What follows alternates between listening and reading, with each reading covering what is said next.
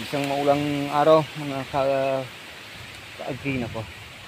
Bibisitahin natin yung ating taniman ng lakatan. Ano ba itsura kasi napakalakas po ng hangin mula pa po kanina. Binasa na tayo ng ulan dahil sa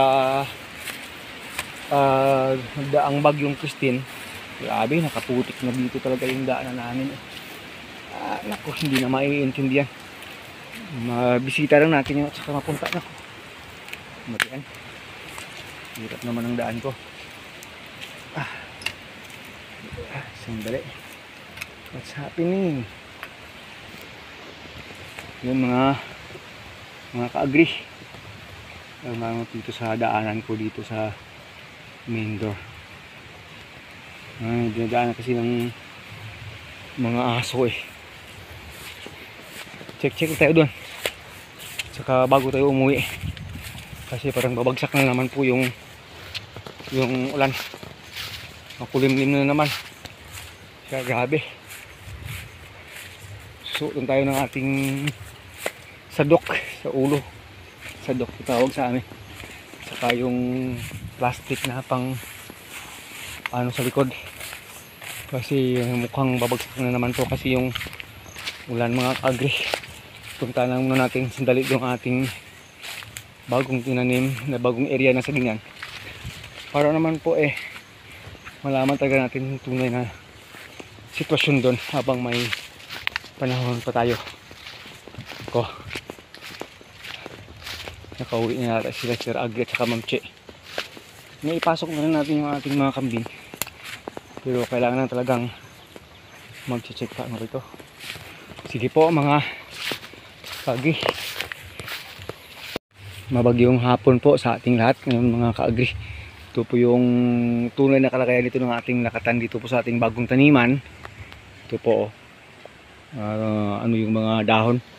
Marami po yung mga dahon na napunit-punit na dahil sa sobrang lakas ng hangin kanina. Nasa signal number 1 po kami dito sa Iloilo. At hindi po natin na-i-check doon sa kabila sa lumang farm natin. Malamang nagsitumbahan yung mga puno ng saging doon. Kasi nga yung sa daanan natin kanina pati yung mga punong kahoy at saka mga kawayan ay nagtumbahan. Dito po salamat tayo hindi po sila masyadong mataas, ganun na kataas para na matumba po sila ng hangin. Kasama ang palad po yung mga dahon gaya dito sa sentro, punit-punit po yung mga dahon. At dahil ito ay nasa more than 4 months lang po ay dito po hindi po basta-basta matutumba ng hangin. Pero yun yung problema ay yung grabing punit ng mga dahon dito, lalo na po yan sa mga bagong labas na mga usbong. Yan yung problema ngayon. Maaaring pagsimula na rin po yan ng mga sakit ng saging natin dahil sa sobrang hampas ng hangin. Pati dyan dun mga area natin tumba yung ibang puno. Kaya po ito grabe yung ano sa dahon. Kaninang umaga lang po ito. Parang hindi na maintindihan tuloy yung itsura ng sagingan dahil sa sobrang hampas ng hangin. Pero sana naman po doon sa kabila pag may mga natumbang puno ay minimal lang nga ka-agree. Yan, wala naman masyadong malakas na ulan na. Ano na lang, paambon-ambon na lang. Pero yung tubig dito sa kanal grabe Yung previous nating video kasi dito hindi pa yung dumaan talaga yung bagyong Christine. Pero ngayong araw po kasi grabe yung tama na ng hangin. So ito yung tunay na kalagayan. Biglang pumangit yung mga dahon. Yun. Ito tama na ito ng banchitap. Itong ating replacement tinamaan na rin. Wala, kukunin na rin dyan at magre-replace lang talaga tayo ng bago dito. Dalawahan na natin. Tawag dun kabilaan para po may chance na isa sa kanila ay okay. So ito po yung current situation dito sa ating bagong taniman. Yung isang taniman natin sa kabila hindi pa talaga na-check. Yun po yung i-check natin. At ito, may nakita na naman tayong sign na tinamaan ng banchitap. Ito po, banchitap na yata to.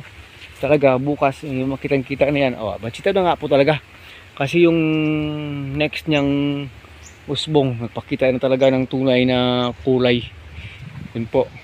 Maganda na sana green na sana sila mga ka-agree dahil nga naulanan, pero sobra na naman yung ulan at saka sobra na naman yung hangin, kaya nagsipunitan at saka nagsisiraan yung mga dahon niya.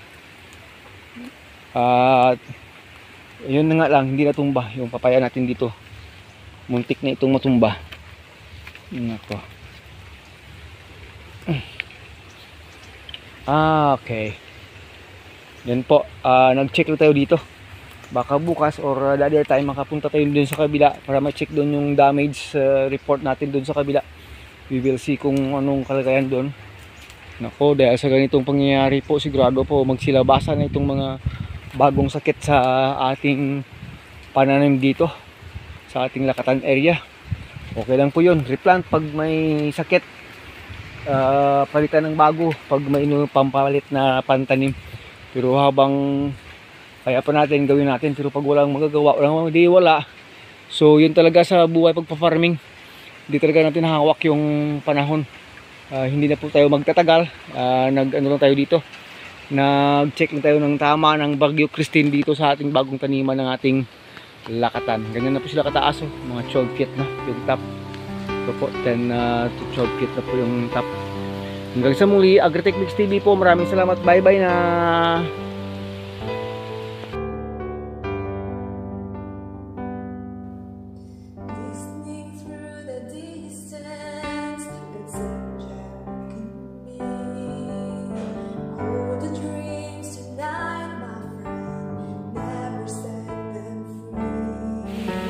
Yung mga saging dito, saging saba, natumba na rin. Ito itong puno ng kawayan, natumba na dito sa daanan namin dahil ito kanina sasadong malakas na hangin. Grabe, yung saging rin dyan natumba, tinumba ni Bagyo Christine. Ito kinuha natin ng ibang sanga-sanga ng mga unang daan dito na may kutsilyo. Yan po. Naku, mamaya pag lumakas ulit baka may matutumba na naman. Yan po. Kamuting kahoy dito sa tabi ng daan. Grabe yung nagbuwar. Kinuha na lang iba yung laman eh. Kinuha na kasi. Yan po, yung mga dumadaan dito, kinuha na lang yung laman. Tumbahan na yung kawayan. Grabe. Pero signal number 1 lang po kami dito, Iloilo. Dalawang puno na naman na doon tumba. Hindi natin sila alim. Ano pa kaya damage doon. Oo, lahat ng mga kamuting kahoy dito sa tabi ng sadaw. Pero ngayon medyo okay na, hindi na masyadong malakas compare po kanina. Kasi yung isang bubong doon sa barangay namin ng isang bahay doon, nakuha na rin. Medyo nagsitumbahang kahoy na rin doon sa kabila kanina, hindi rin natin na video. Sayang, natumba na. May mga laman na rin siguro yan.